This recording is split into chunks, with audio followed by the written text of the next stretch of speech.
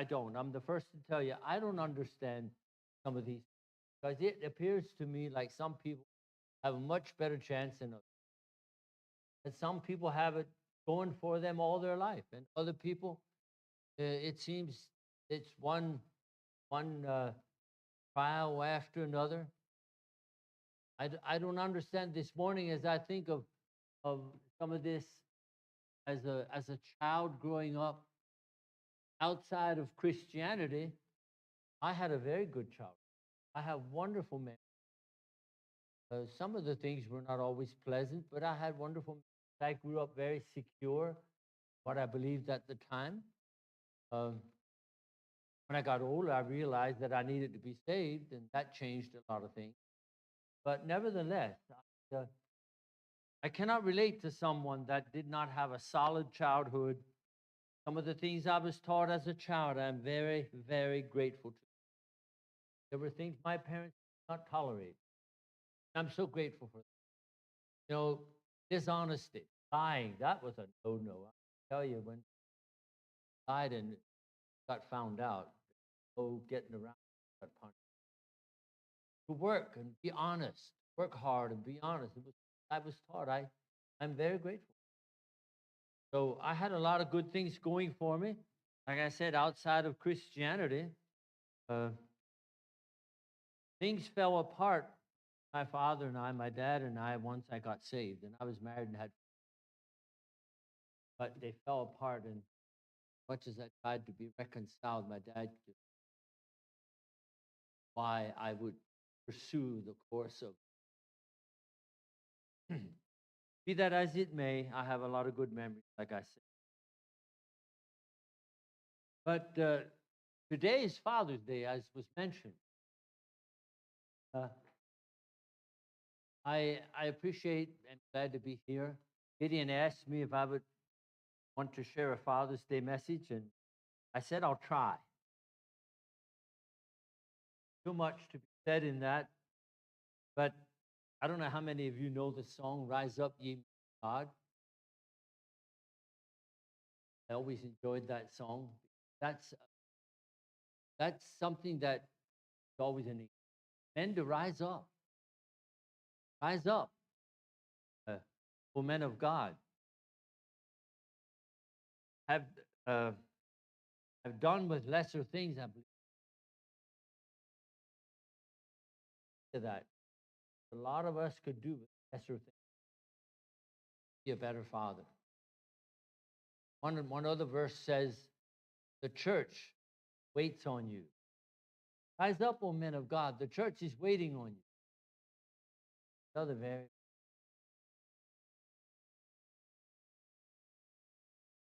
church is made up of families. There are people that with expectation come to church, are part of the church, the body of Christ.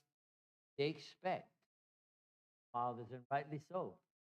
God created us as fathers to be responsible, very responsible.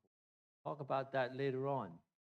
But chose that song as a title for my message. Rise up, O men of God. Like I said, today's Father's Day, so I thought I'd share a message on to the fathers and the young men among us. Perhaps all of us from time to time need, we need fresh courage. We need fresh purpose. We need fresh direction. And so, to spur us on, lest, like the Hebrew writer says, we get weary in well doing, like was mentioned this morning. I thought what was shared this morning very well with the services. But I want this message to be an encouragement. I don't want anybody to feel down or yeah, if you feel convicted, well then go to the Lord with it. But don't get discouraged. I want this message to be an encouragement, even though we may be challenged at times. If you see areas of failure as I go through this message, take courage. His grace is sufficient. God's grace is sufficient. And we need to reach out in faith and commitment. We need to claim it.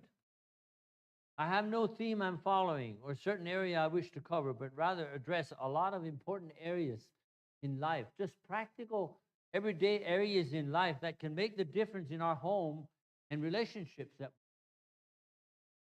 as fathers especially. Little things that can be deciding factors in victory or defeat. Just little things. When we think of the word father, one of us sitting here this morning have somewhat of a mind picture that wants to surface. I don't know what goes on in your mind. A father. No, but each one of us has somewhat. When we talk about fathers, we think of our own father, and then our mind goes back to the home we grew up in. There's memories that want to surface, and it varies. It can bring joy and warm a heart, or it can also bring unpleasant memories, depending on our past as a child growing. Either way, the very word father means or carries the connotation that there are others connected. There's connection. That's why you're a father.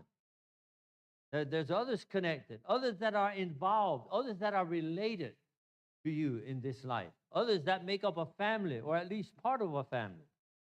And so it's important that we, as fathers, realize we are largely responsible in shaping the lives of others. Largely responsible, shaping the lives of others, and will be held accountable how our posterity turns out. I want to emphasize a little bit on that this morning because I believe there's just an unconcerned and a haphazard way that fathers go through that. You and I, who are fathers, are going to be held responsible. And I don't understand it, but there are fathers out there that some would say they by accident became a father. Well, it was not an accident. It was a purpose. Whether it was the fulfillment of the flesh or whatever. Maybe they weren't expecting to be a father, but they became a father nevertheless, and God will hold those people. I believe that with all my heart. I know of a man, I know him personally, no longer living, but I know of a man that lived a very, very rough life. He grew up just a teenager that his way and lived a wild life. Ended up in prison and served his term in prison. Got out of prison. I think it was maybe even in prison that he got saved. But he got soundly saved. I knew him well. Anyway, through his conversion, he became a child of God, and down the road of life, he was ordained a minister, then ordained a bishop from that. He was an older man, not old, but, getting there, maybe 50, 60. He got a phone call.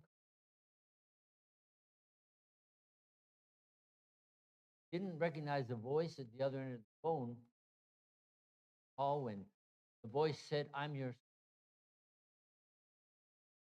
What? I'm your son. Make a long story short, he had a son. His years of carousing around and whoring around, some woman could.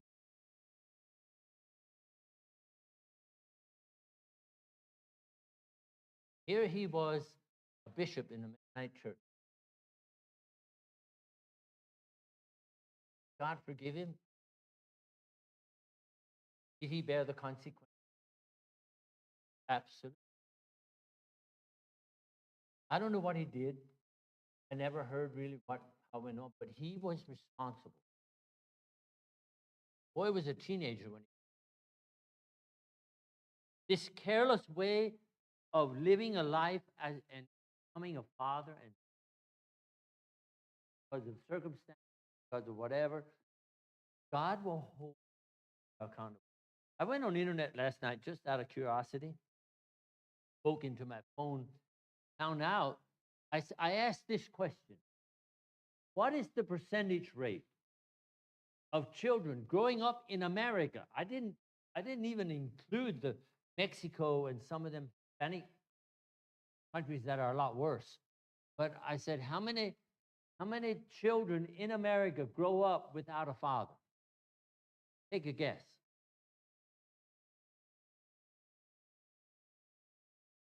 Sorry? 1 out of every 4 children in America grows up without a father. 25% of all children, average, without a father. I don't know if those fathers think that they can just, go out and pleasure and born around and then never pay the consequence. I don't know. But God, I believe, Father.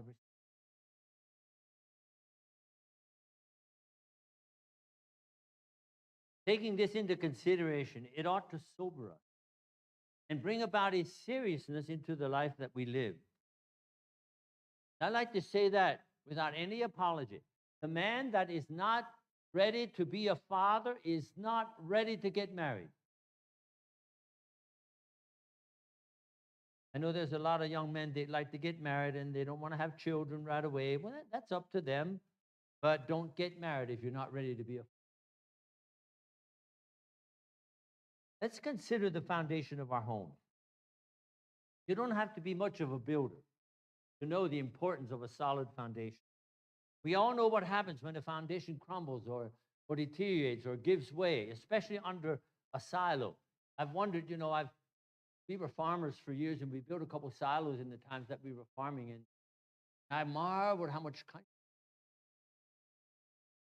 they dug a big, deep hole and a wide foundation and reinforced that thing. And not until later years did I realize, after I saw a couple silos leaning the slightest bit, that foundation is very, very important.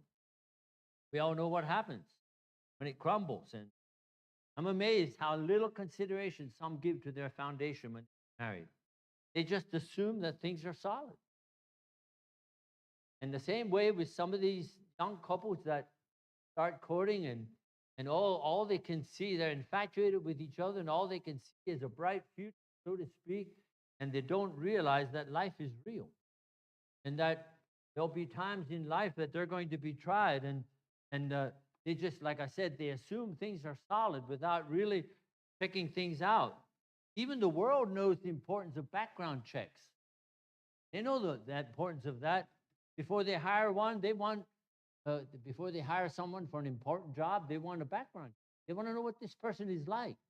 Would to God some young couples would do background checks before they step in and get. The world does that, and that's only for a job. Let me tell you, marriage is for life. But even with a good foundation, things can go wrong. Fathers get careless and presumptuous. So there's a great need, fathers, this morning, fathers among us, there's a great need for vigilance, like Peter says, because our adversary, the devil, goeth about looking for whom he may devour. I'd like to just ask you a question. I don't know how much you know in studying wildlife, but there's so much available sometimes on YouTube clips that people take when they go to these parks in Africa and some of them places. Let me ask you a question. You take predators like a lion. When they're out looking for a meal, what do they look for? What does a lion or a wolf, meat eaters, what do they primarily look for? Something weak? Anybody else? A young one. A lion won't bother tackling a Cape buffalo if there's a calf available. What does that tell us? The devil goeth about as a roaring lion, looking whom he are. Who is he looking for? There's a reason the devil is considered like a lion. He looks for the weak. He looks for children, young people that are not established in the faith. We can take a warning from them. The weak among us are the ones most vulnerable. And young people that have not matured yet, are learning, are growing up, they are the most vulnerable.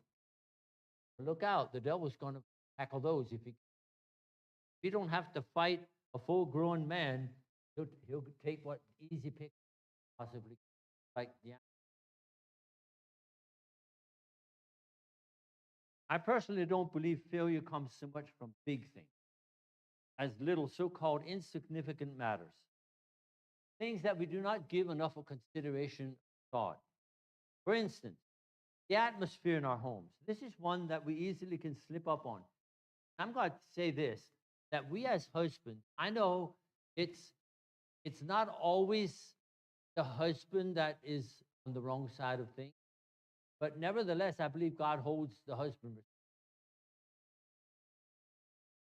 You know, when Eve fell, Adam was the first, he was the first one to fall, but Adam was the first one questioned. God held Adam responsible. And I think we as husbands are responsible. Like I said, it's not always the husband's fault. Nevertheless, God looks to the husband for answers. But the atmosphere in a home is very important. No, you can't see the atmosphere, but you can feel it. You can feel it. And often you can't put your finger on what is wrong. And we as fathers need to discern where our home is at in this area. None of us would consider trying to raise bananas here in Montana, out here in the Rocky Mountains. The atmosphere, so why not? Because uh, the they won't grow here. Season's not right for them. The atmosphere in our home is a lot like the climate. Climate is we don't have the right climate to raise bananas. But let me tell you, the atmosphere in a home is even more important. You cannot expect spiritually strong children to come from a home where the atmosphere is not conducive. A home with a healthy atmosphere is one where there is no tension, but just a peaceful, relaxed, air in the home. A place where children feel wanted, where they feel needed, and where they feel secure. Let's turn our Bibles to 1 Peter 2. I'm going to read from verse 17, chapter 3, verse 12. Honor all men, love the brotherhood, fear God, honor the king. Servants, be subject to your masters with all fear, not only to the good and gentle, but also to the froward. For this is thankworthy if a man conscience toward God endures grief, suffering wrongfully. For what glory is in it? What glory is it if when ye be buffeted for your faults, ye shall take it? But if when ye do well, suffer for it, you take it patiently, this is acceptable to God. For even hereunto were ye called, because Christ also suffered for us, leaving us an example that we should follow his steps, who did no sin, neither was gall found in his mouth, who when he was reviled not again.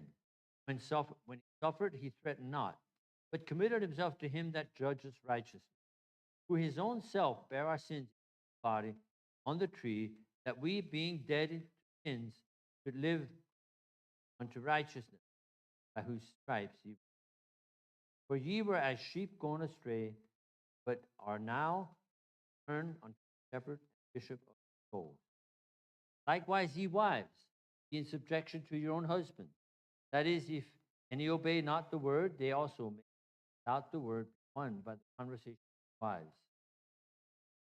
While they behold your chaste conversation coupled with whose adorning, let it not be that outward adorning of the hair and a wearing of gold or a putting on of apparel, but let it be hidden, the hidden man of the heart, that which is not corruptible, even the ornament of a meek and quiet spirit, sight of God a great price. For after this manner in old time the holy women also, who trusted in God, adorned themselves, being in affection unto. I think I'm just going to quit reading, but it gives direction, just domestic direction. Much of it is given for instruction. And we as fathers are responsible for what goes on in the home life. But it gives direction both to children, to wives, and fathers, but primarily, since we're addressing the fathers, let's take special note of verse 7, dwelling with our wives according to knowledge. Yeah, I read verse 6, and I did.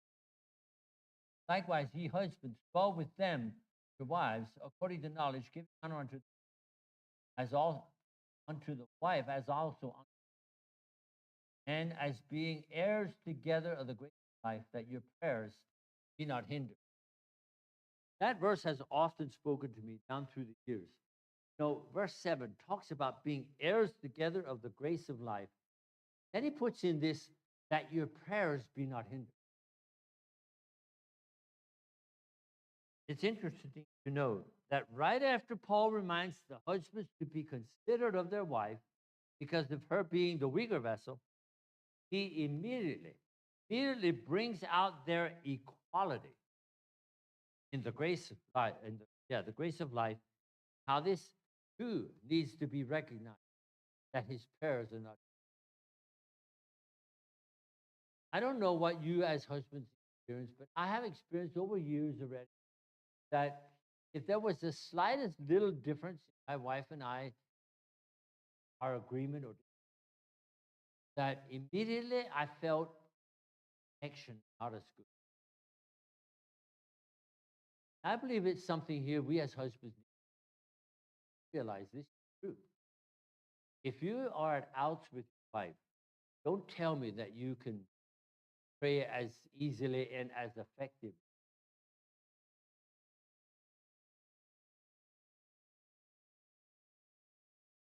How many unanswered prayers are the result of this unified home? Only God knows. What about the father's disposition or attitude, moody or grouchy? This has to do with the atmosphere. And perhaps most of us fathers this morning, we realize and remember at times we're not best of mood. Go very well for us, and even though I don't believe that's any excuse, we choose our attitude.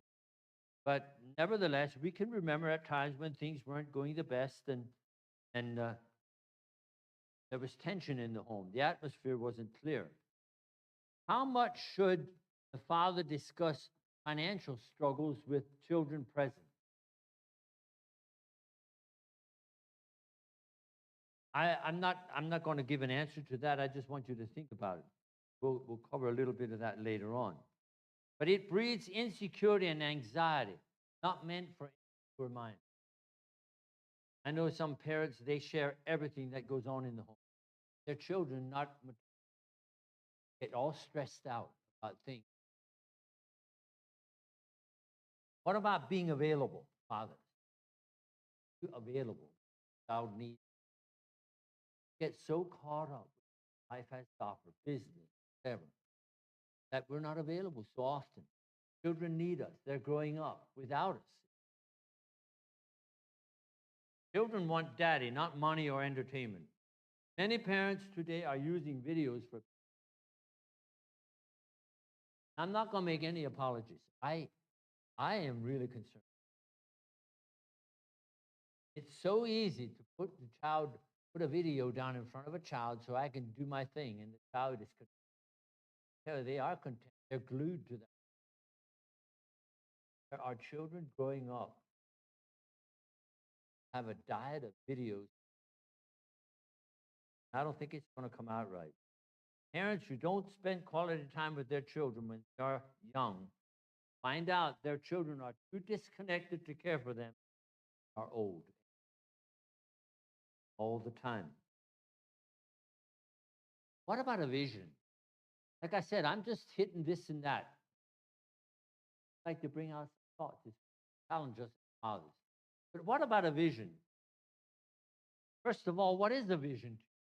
What do you vision? What do you visualize?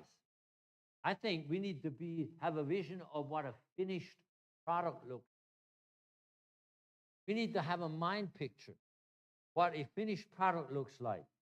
Solid vision will incorporate everything available to reach that finished product. When a wood carver starts out, well, how he knows what that's right. He has a vision before he starts. He has something in mind. And he will do everything in his power to bring that vision to pass, to bring it out in a structure, what he has in his mind. What about the farmer? He doesn't, if he doesn't have a vision, he'd never plant corn or sow alfalfa or whatever. But in his mind, when he plants corn, or wives or husbands planting gardens, you know, when you're out there planting your garden, you have in mind what this will look like when that plant grows out, and the fruit or the vegetables you will be getting off of it. That's all a vision. What about our children?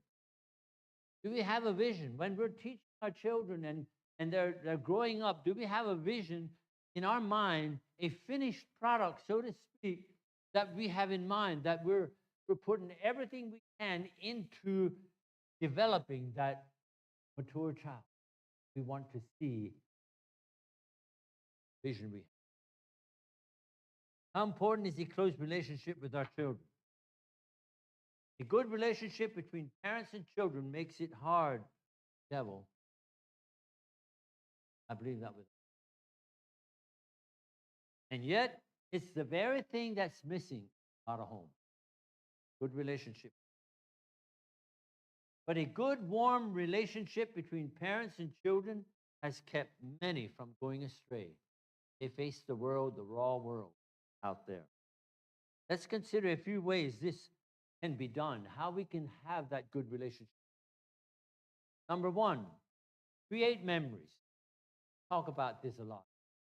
Create memories with your children. Plan enjoyable family time. Connect hearts. Try to connect hearts. Spend quality time with them. Like I said, not money, not things. That's not what I'm talking about. Those things will soon be forgotten, but that heart, the heart connection lingers years. It would be interesting to find out and ask the question, what, if you go back in your mind, what are some of the most warm memories that you have in the home? I do not believe it was toys. You know what many of us go back to? Just a conversation, big time. Something special that lingers today. It might not have involved any gifts or any such thing, but just a time when we felt loved, when we felt that we were heard, just things like that. Those are the memories that linger. Let me tell you, those are the memories that pull back when a child is tempted to lose heart. I well remember when my oldest daughter started courting.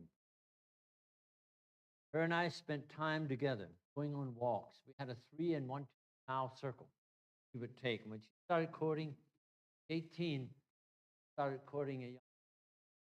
I went for walks and discussed this. Got to the place where she was not quite free with the good about it. Her and I talking it over, that solid ground.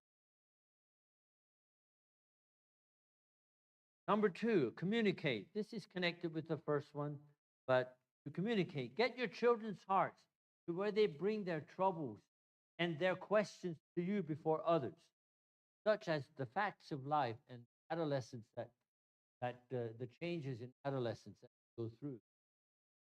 Get your child's heart that they are the first, you are the first that they will go to, instead of getting their information from the gutter and other sources that are not reliable or good. Know how and when to lead your children to the Lord. I think that's very important. You may think you know how or when. Oh, there's times when the child, they get pretty emotional. Something triggers some emotion they have.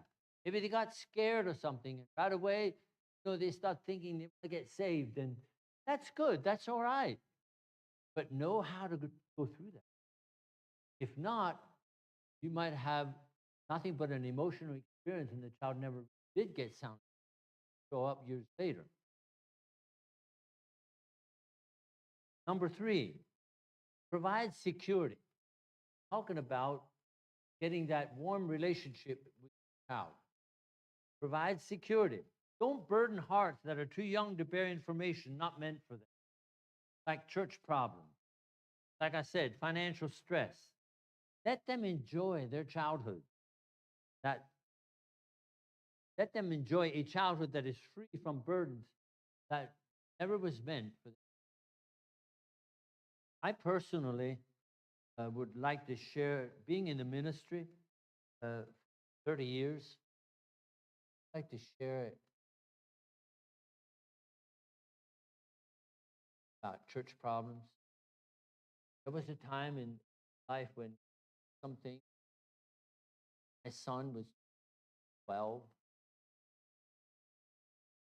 Child security rests a lot on how they see how their parents are dealing with trials in life.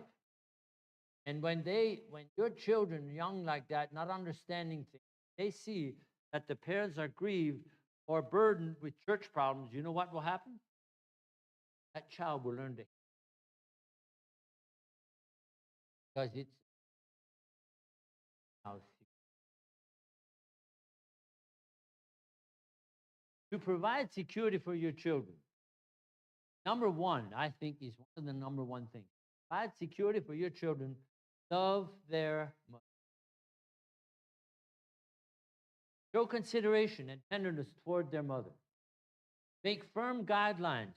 This is something that a lot of people don't really believe is, they, they don't believe this works, but it does. Make firm guidelines for your children, but be considerate and flexible where you can without compromising. Children want to know where they stand. They really do. It may seem opposite of what we think. Children get a lot of security in knowing where they stand, what their limits are, and what to expect. Their young minds are not mature enough to know what is good for them. I'm going to be blunt and straight out because I am not ashamed to tell you what I think of this. Of, like I said, I'm greatly concerned for this teaching out there called I'll say it like it is, which is basically using methods of manipulation to get your children to. It never really addresses the will of the child, but tries to distract from the real issue. Children raised with gentle parenting method. I want to be understood. I believe in gentle. I believe in ensuring the child's will, not their spirit. They have their spirit. You need to ensure your child's will, not let them be willfully disobedient and get away with it. But I've seen children under the teaching of this here gentle parenting that can't look you in the eye. Not free.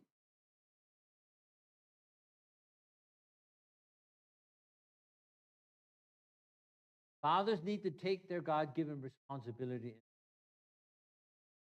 I believe we as fathers need to relate to our children in love, not to forget. There is such a thing of love. I believe it was John Rice who related an incident happened in his home when he was a little boy. One day, he didn't know daddy was in the house.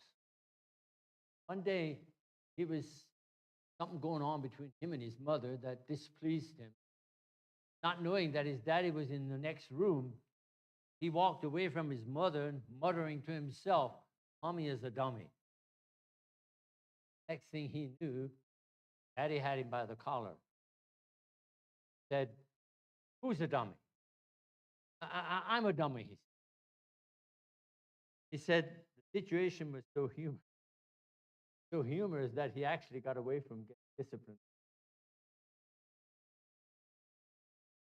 But I think fathers need to take a hold that no child should get away from taking down on the mother or just passing her off. No child should get away with that.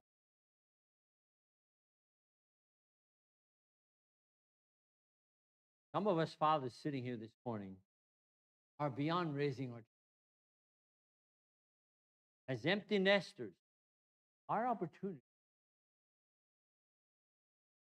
only our influence we had continues, good or bad.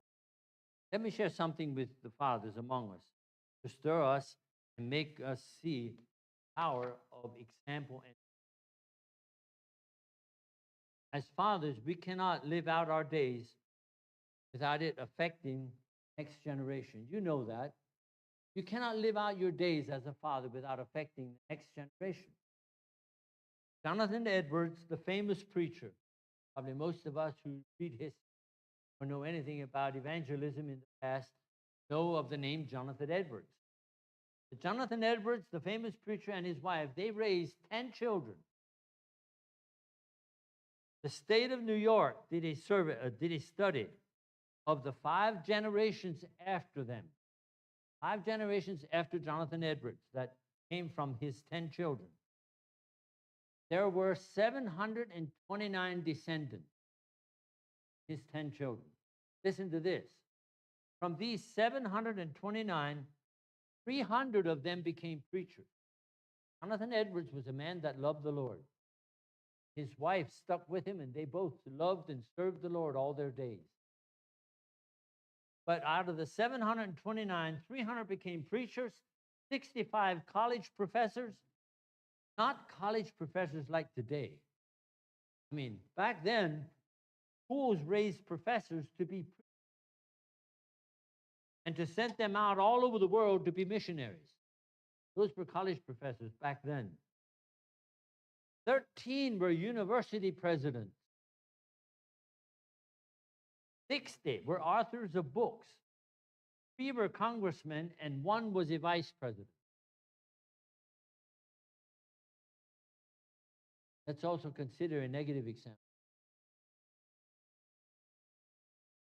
The state of New York also did a survey with these. Max, they didn't, their last name, guess for. But Max, Luke, and his brother married sisters. They didn't believe in Christianity. They believed in living for self and going their own way. 5 generations, their descendants were also calculated. They had 1,026 out of the 3 brothers. 300 of them died an early death from a hard life. 140 spent an average of 13 years in a penitentiary each. 190 became public prostitutes. 100 were alcoholics. And it was figured back then that it cost the state of New York $1.2 million to take care of them. Fathers, is it important to be?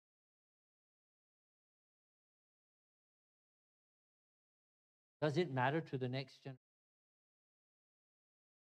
Did you know, according to statistics, if fathers live a godly life and lead their families in the way of truth, 87% of their posterity will follow. I found this, what statistics tell you. If a father and mother stick together and raise their family in the truth and raise them in a godly way, 87% of their posterity follows.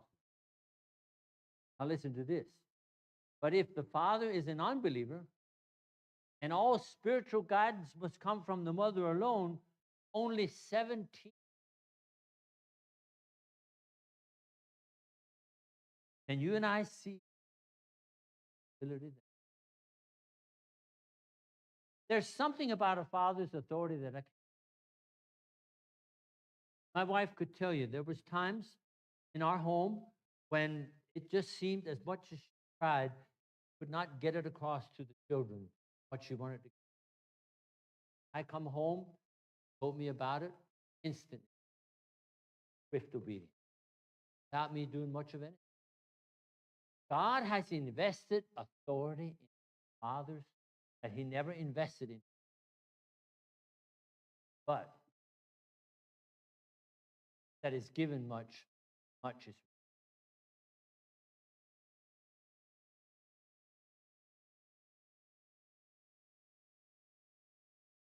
Another important thing we as fathers need to consider the brevity of life. I know as a boy growing up, I often heard older people say, well, time flies. The brevity of life, the short time we as fathers have to make our days count. Not so much in counting our days, but making our. What about performance above relationship? That's something that a lot of fathers fail. They're more concerned about performance than they are getting a relationship with their child. And like I've shared here before, I could write it on the board and you probably remember it, but I wrote on the board here already, R plus R minus R equals R. What am I talking about? I'm saying rules plus regulations minus relationship equals rebellion.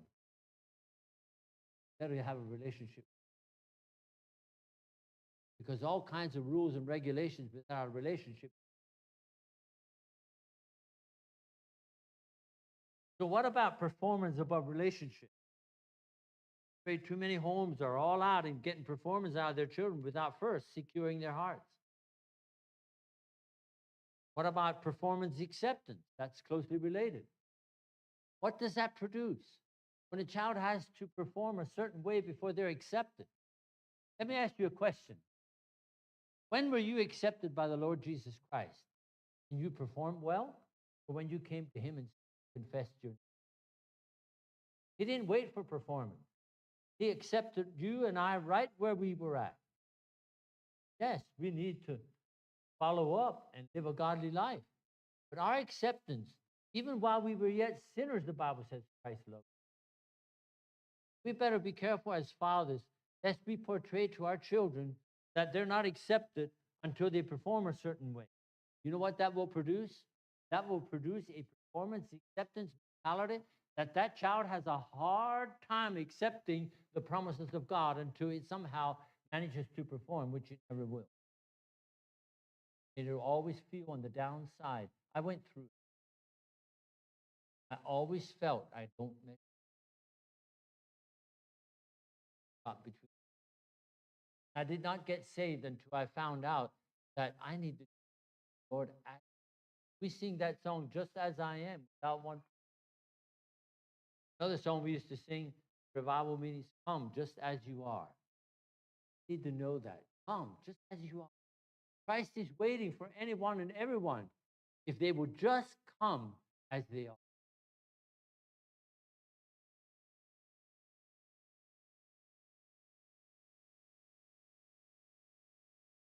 Let us also consider decisions. They're far-reaching as fathers. Let's consider decisions you and I make, whether to allow something in a home or not, stand up against something we don't feel safe, or whatever. It's just all kinds of decisions we make, and the far-reaching effects they have. Opening questionable doors. A lot easier to keep that door closed than to try to close it after it's open. I don't know, I've shared this, I think, but some of us growing up on a farm remember quite well what our granaries were like. We'd have loose grain in bins. Open the door to that granary. Grain started pouring out. It was impossible to close it again. So the granary was empty. It all run out. Well, think of that. When you open doors you're not sure of. Don't open questionable doors. Giving children cell phones too young. Handy servant, horrible master. Do not think that your cell phone is your master. Again, times the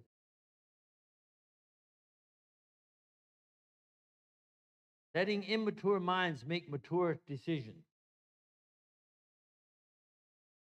What parents start, children magnify. Question. Start, children magnify. Both ways. Consider tracks that tell a story. Tracks you and I, especially as fathers, tracks we make tell a story. Those stories are read very clearly by our children. The value of giving children responsibility. Such value in that. Grew up on the farm with chores. I look back at that now as a priceless. Might not be highly educated. Some of the things that go on, I think, age that I was born to. But nevertheless, I grew up having chores and be responsible. I do not regret one moment. Teaching children to be responsible. I guess as fathers, that's probably one of the priorities. Because if you teach your child to be responsible, you have made good headway getting that child to owe up to its wrongs, owe up to its actions. Once it knows it's responsible, it's a lot easier to lead that child to the Lord. The child that grows up irresponsible is not held accountable for what it does or says. That child will not see its need of the Lord. I say that's one of the most missing things in today's society. Children taught. Perhaps some of us fathers are wondering who is sufficient for this. I'll tell you right out. Not one of us is. But we can take courage like Paul and do all things through Christ who. One thing sure, it takes godly character. It's not just that some have the gift and some don't. No, talent is a gift, but character is our choice. There's nothing quite like our homes to expose our character. It brings out the best and the worst. Like I said before, this message is not meant to beat anyone down, but to encourage each other to rise up and meet the challenge. To be a father and leave back a godly example for our posterity to follow, or to leave tracks that are safe to follow, I tell you, it takes a vision and takes follow through.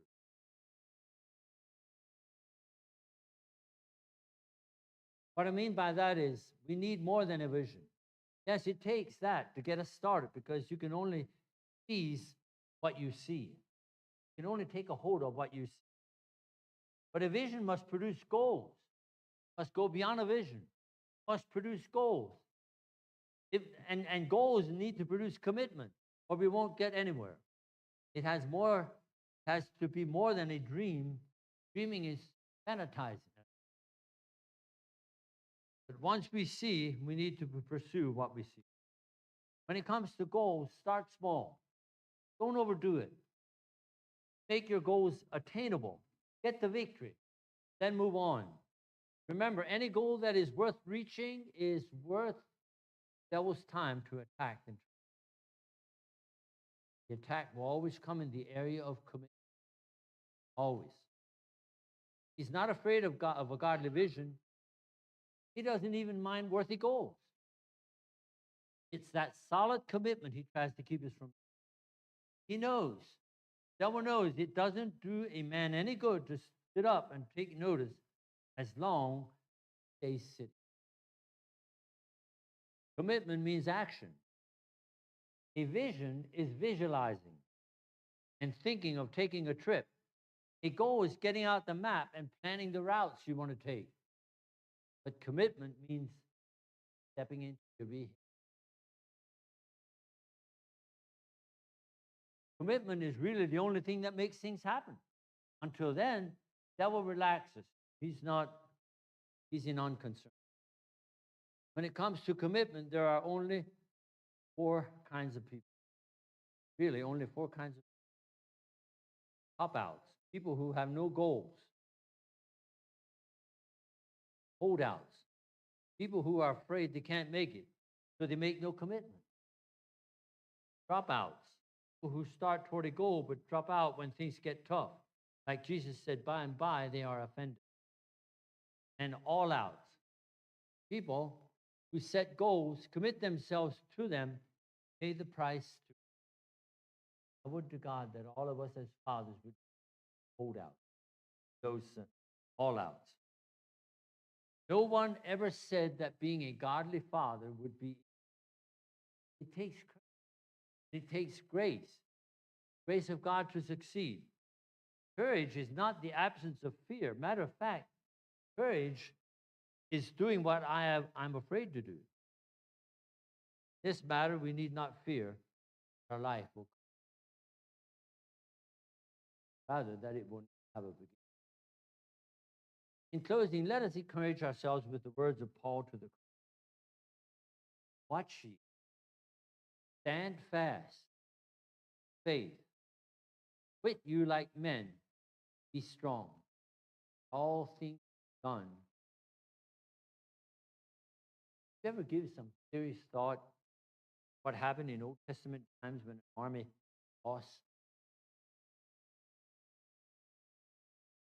Thunder, rape. Is there any difference today?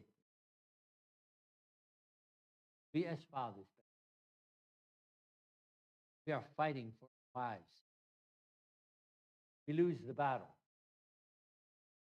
No one knows. 1 Samuel 4, verse 9. This is the heart cry of the Philistines who are afraid of losing the battle, Israelites. This is what their captain told his army when they went into battle.